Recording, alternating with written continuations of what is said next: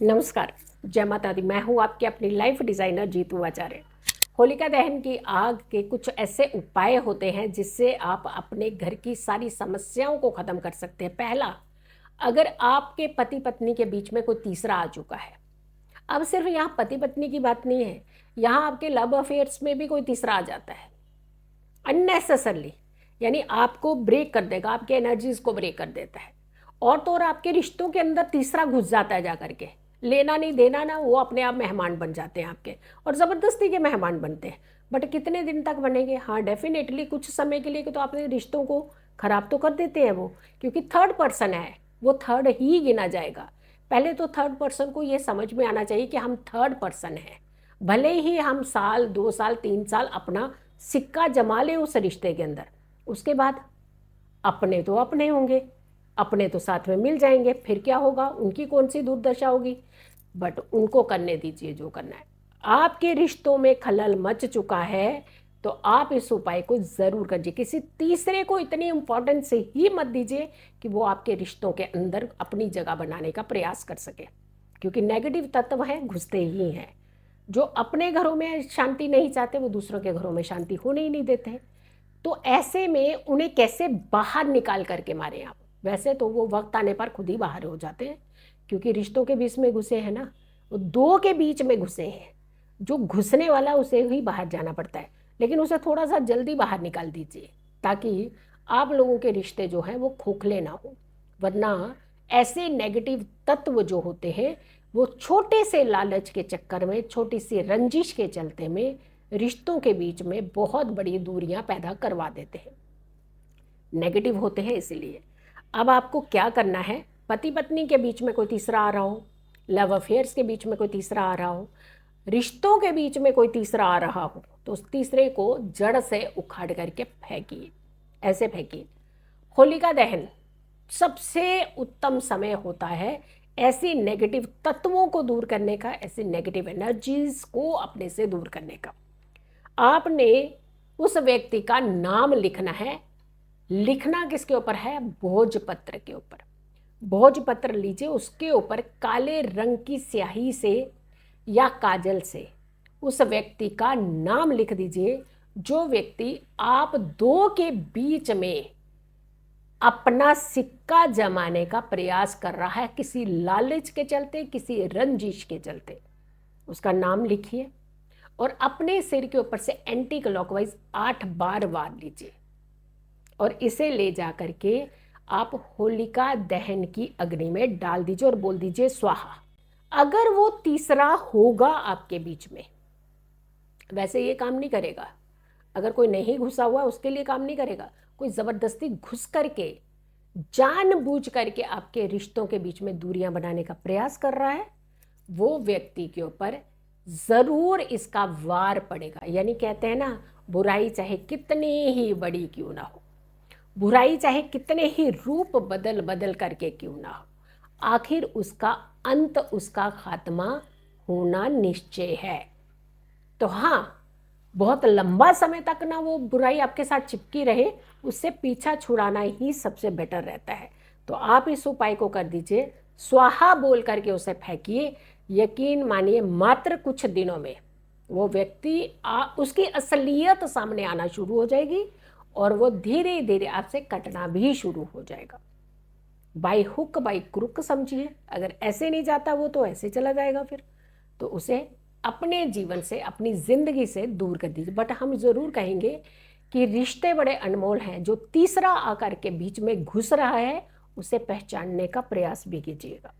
अब कोई और व्यक्ति ऐसा क्यों आपका पैसा लेकर के मुंह फेर रहा हो, धन ले लिया आपका, लेकिन अब क्या है? अब छुपता फिर रहा है, आंखें नहीं मिला रहा, नज़रें नहीं मिला रहा। अरे नज़रें तो बड़ी दूर की बात है, वो सामने दिख ही नहीं रहा।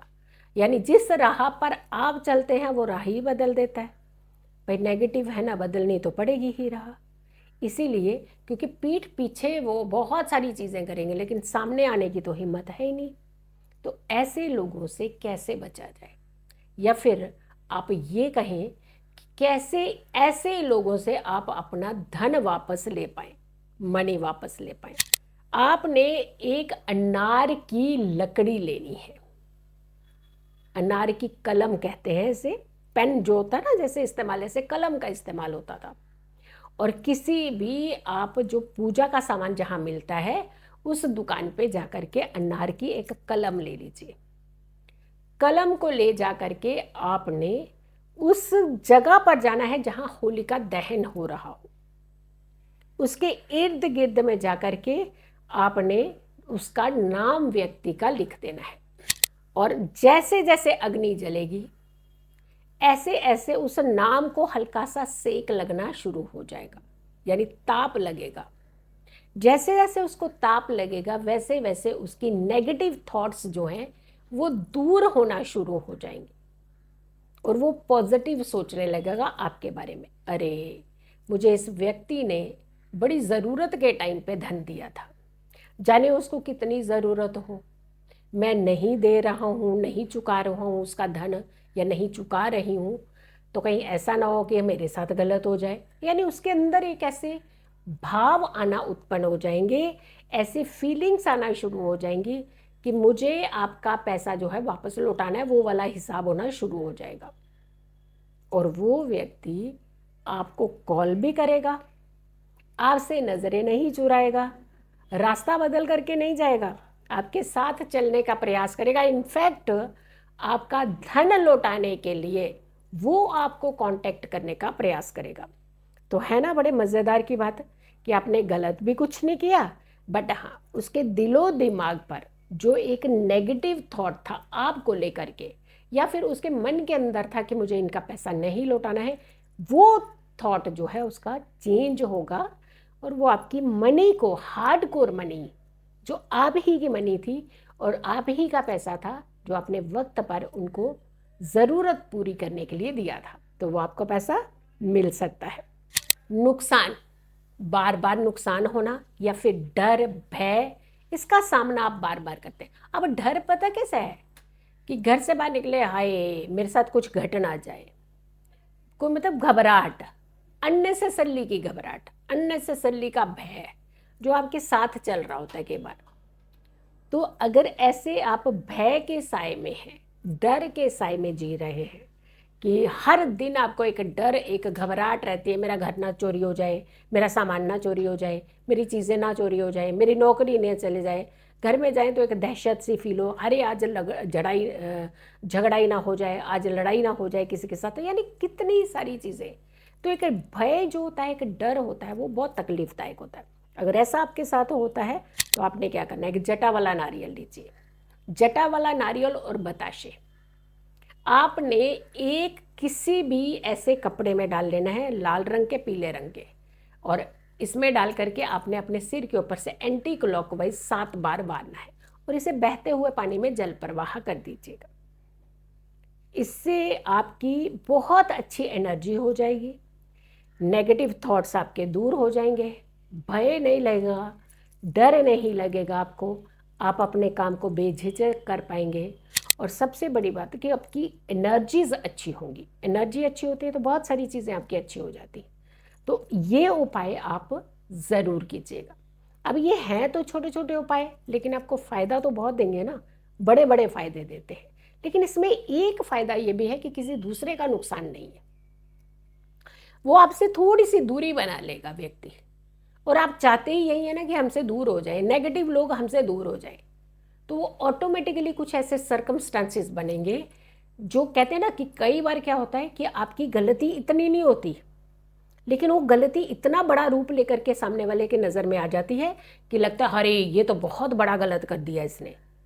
इसीलिए कि शायद आपको बचना है उससे, उनके दिलो दिमाग पर आपकी ये छोटी बात बड़ी बन करके बैठी हुई है। तो आप भी तो यही चाहते थे ना कि आप इनसे दूर हो जाए या इस नेगेटिविटी से दूर है, तो ऐसा ही कुछ सर्कमस्टांसेस बनेंगे कि वो व्यक्ति आपसे दूर हो जाएगा जो खुद नेगेटिव था, वो आपसे दूर होगा। आपको दूरी बनाने की ज़रूरत नहीं है, क्योंकि उसके दिलो दिमाग पर इस तरीके से कोई नेगेटिविटी बैठ जाएगी जिससे वो आपसे कटना शुरू हो जाएगा, आप बच जाएंगे। तो नेगेटिव लोगों से दूर रहने में ही भलाई होती है, तो आप शांत होकर के अपनी ज़िंदगी को जी पाएंगे। सो वीडियो को ज़्यादा से ज़्यादा लोगों तक ज़रूर पहुंचाइएगा। अगर चैनल सब्सक्राइब नहीं किया तो ज़रूर कीजिए, वीडियो शेयर कीजिए और मेरी आने वाली हर वीडियो को ज़रूर देखें। खुश रहे, स्वस्थ रहे, पॉजिटिव रहे। पॉजिटिव रहते हैं तो हर समस्या से हम दूर रहते हैं। जल्दी हाजिर होंगे एक अच्छी वीडियो के साथ। तब तक के लिए नमस्कार, जय माता दी।